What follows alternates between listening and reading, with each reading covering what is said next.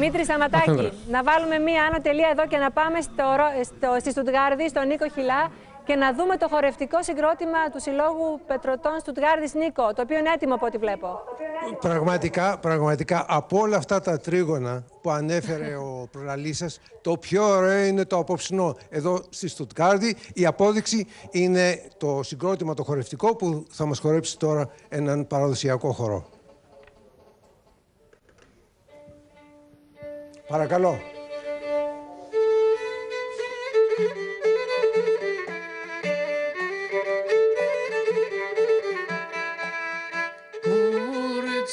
Κοριτσάκια μου να ζείτε, στον καιρό σας παντρευτείτε.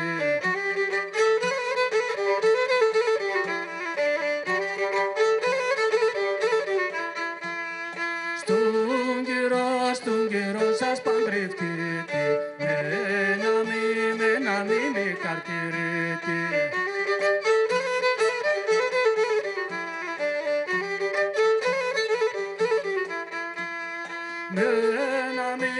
Να μη με κατηρείτε, γογιαγά πιν τα παένει.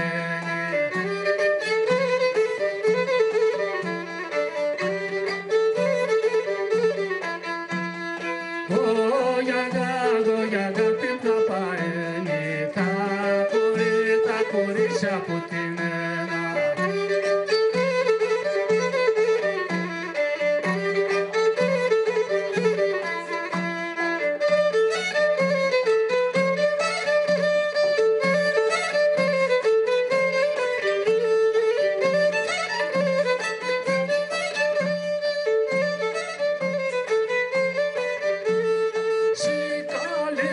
Καλή μας πιπηρίτσα, βάλει μας φαΐ να πάμε.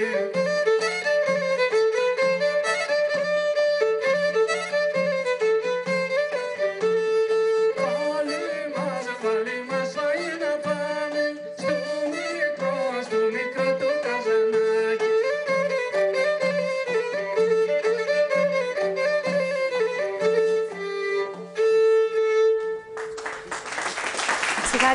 Συγχαρητήρια στα παιδιά εκεί που κατάγονται από το τρίγωνο, που μεγάλωσαν στη Γερμανία και διατηρούν αυτές τις παραδόσεις.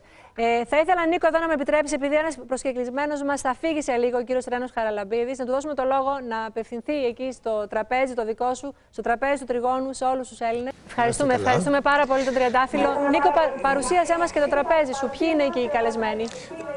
Ναι, αυτό ήθελα να πω, ότι και το προηγούμενο ρεπορτάζ και αυτά που διαμήφθηκαν τώρα δεν νομίζω ότι ανοίγουν πολύ την όρεξη, αλλά εγώ παραμένω απτόητος. Σας είχα υποσχεθεί προηγουμένως ότι θα σας δείξω τις καλύτερες λιχουδιές του Εύρου, αν όχι όλης της Θράκης, Νίκο, ή της Ελλάδας, ή και για να το παρακάνουμε λιγάκι ολόκληρου του κόσμου. Η απόδειξη είναι ακριβώς από πίσω Νίκο, μου. πριν πας στα έθιμα. Σηκωθείτε μια στιγμή. Ναι. Λοιπόν, είναι εδώ η κυρία, για πέστε μας το όνομά σας. Κελεμίδου. Η κυρία Φωτεινή Κελεμίδου, αν μπορείτε να μιλάτε λιγάκι πιο δυνατά. Καταρχάς να σας ρωτήσω εγώ κάτι, έτσι, με το χέρι στην καρδιά. Αυτά τα φαγητά, αυτές τις λιχουδιές, τις φτιάχνετε κάθε χρόνο τα Χριστούγεννα ή τις φτιάξετε μόνο ειδικά για σήμερα επειδή θα έρθουν στην τηλεόραση? Όχι, κάθε χρόνο τα Χριστούγεννα. Την παραμονή Χριστουγέννων. Να τα ανοίξω. Ναι, παρακαλώ. Ναι. Αυτά είναι η κόλβα. Ναι. Αυτή είναι η ξτόπτα. Εμείς τα Χριστούγεννα τα λέμε ξτού. Αυτά το πρωί τα θεμιάζανε και τα πηγαίνανε στα μνήματα. Αυτά. Λοιπόν, αυτά εδώ τι είναι? Αυτά, εδώ είναι τα 9 φαγητά. Παρακαλώ. Εδώ είναι φασόλια, τουρσί λάχανο. Εδώ είναι πίτα με μπλιγούρι και κρεμμύδι πράσο, 9 φαγητά. Αυτά τα φτιάχνανε, συμβολίζανε τον καλό τον νοικοκύρη, την εικόνα, την Παναγία, τον Χριστό και τον Σταυρό. Επειδή ο νοικοκύρης όλο τον χρόνο δούλευε και το βράδυ πρωτού έρχονταν να τρώνε, θυμιάζανε με το γενί. Ξέρεις τι είναι το γενί? Τα λέντρια που κάνανε το χωράφι. Δεν το καταλάβεις. Και ήταν οι ευχές επειδή αρχινούσε με τα Λέντρη και με το ΙΝΕ και τελείωνε πάλι ακριβώς εκείνη την ημέρα. Αυτό είναι το έθιμα αυτό. Μάλιστα. Ήταν ο νοικοκύρης που είχε όλα τα καλά στο τραπέζι για την οικογένειά του. Ναι, όλα μαζί, αυτά τα 9 φαγητά. 9 φαγητά ήταν αυτά. Αλλά τα φαγητά αυτά ξεχωριστά τα φτιάχνετε ολόκληρο το χρόνο? Όχι, αυτά ήταν τα παραδοσιακά.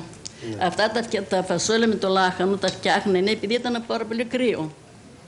Και οι άντροι ήταν όλη την ημέρα στην αυλή. Οι γυναίκες ασχολιόταν με το σπιτιού τις δουλειές και φτιάχνανε τουρσί λάχανο φασόλια το βράδυ που θα καθίσουν να το φάνε για να συσταθούν και όλα. Εσείς τι παραδοσιακές λιχουδιές φέρατε απόψε? Εγώ έκανα τα κλίκια. Αυτά ήταν η παραμονή της πρωτοχρονιάς. Αυτά. Κλίκια. Ναι, τα λέγανε κλίκια αυτά. Είναι από ψωμί με το προζύμι και τα στολίζανε αυτά τα μεγάλα και τα πηγαίνανε στην Ουνά. Στέλνανε τα παιδιά, τα πήγαιναν στην Ουνά.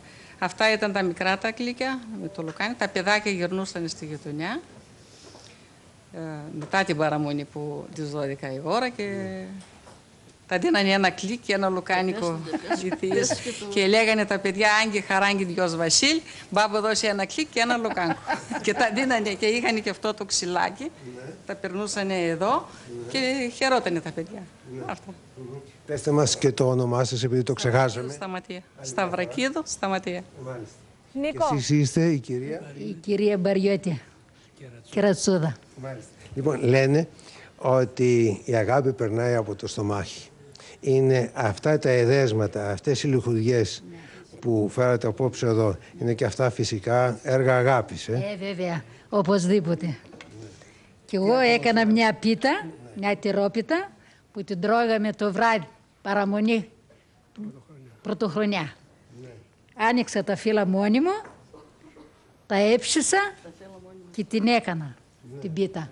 Αυτοί κάνανε και την τρώγαμε το βράδυ. Όλοι μαζί μαζευόμασταν τα παιδιά, οι γιαγιές, οι παππούδες. Η ήταν έθιμα για 5 φαγητά στο τραπέζι.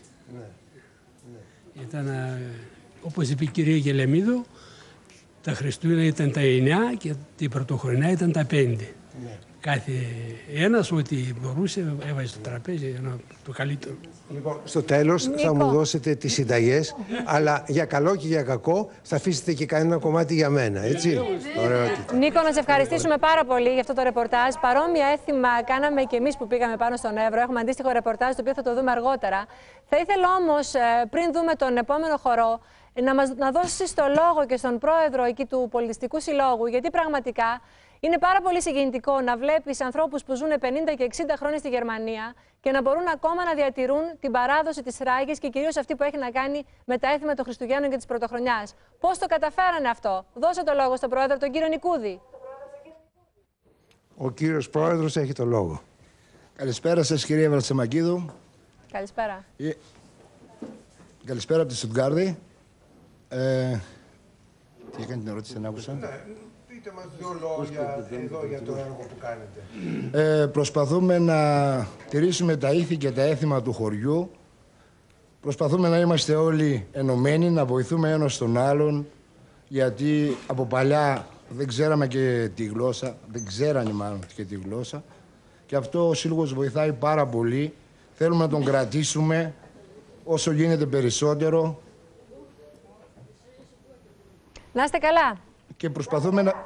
Και συγχαρητήρια. Αν μου επιτρέπεις αφέντρα, οι τριγωνιώτες εδώ στη Στουτγκάρδη δεν έχουν μόνο χαιρετισμούς και δεν έχουν μόνο να επιδείξουν ένα έργο, αλλά έχουν και αιτήματα. Πριν πάμε, Νίκο, στα αιτήματα, Νίκο, πριν πάμε στα αιτήματα, να γυρίσουμε λίγο στο τρίγωνο. Βλέπω τον κύριο Παρασχούδη εκεί πέρα, θα μας πει στο τέλος τα αιτήματά του για το ομογενειακό χωριό. Να πάμε λίγο στο τρίγωνο, γιατί υπάρχει και δεύτερο χορευτικό συγκρότημα εκεί. Και να ξαναπάμε στη Στουτγκάρδη, να δώσουμε το λόγο στον κύριο Παρασχούδη, γιατί γνωρίζω ότι ένα από τα βασικά αιτήματα εκεί των Ελλήνων της περιοχής του Τριγώνου αφορά στην ίδρυση του ομογενειακού χωριού στον Εύρο. Στο τρίγωνο έχουμε τον έπαρχο Βορείου Εύρου, τον κύριο Ντονιάδη, ο οποίος ελπίζω σήμερα να δώσει μια συγκεκριμένη απάντηση. Κύριε Παρασχούδη, σας ακούμε. Καταρχήν, καλησπέρα σε εσάς, κύριε Βαρσαμακίδου, και στους συμπατριώτες μου στο Τρίγωνο. Τους εύχομαι χρόνια πολλά όλους και θα αναφερθώ στο ετήσιο αυτό, μια δεκαετία ασχολούμαστε με αυτό το θέμα και θα ήθελα να ευχαριστήσω εσάς προσωπικά που μας δίνετε για άλλη μια φορά την ευκαιρία να αναφερθούμε δημόσια για αυτό το θέμα. Διότι όλες οι κυβερνήσεις είναι θερμοί υποστηρικτές αυτού των ομογενειακών χωριών. Το λένε αυτό μόνο στη θεωρία. Στην πράξη, δυστυχώς, διαπιστώσαμε το αντίθετο. Τελευταία, αναφερθήκαμε 2 επιστολές μας και έχουμε αναφερθεί επανειλημμένα με επιστολές μας στα αρμόδια Υπουργεία Εσωτερικών, Οικονομίας και Οικονομικών και στην Περιφέρεια. Δυστυχώς, απάντηση δεν πήραμε όλα τα χρόνια. Κύριε Παρασκούδη, να βάλουμε μια ανατελεία εδώ και να δώσουμε το λόγο στον έπαρχο. Να δούμε τι έχει κάνει μέχρι τώρα.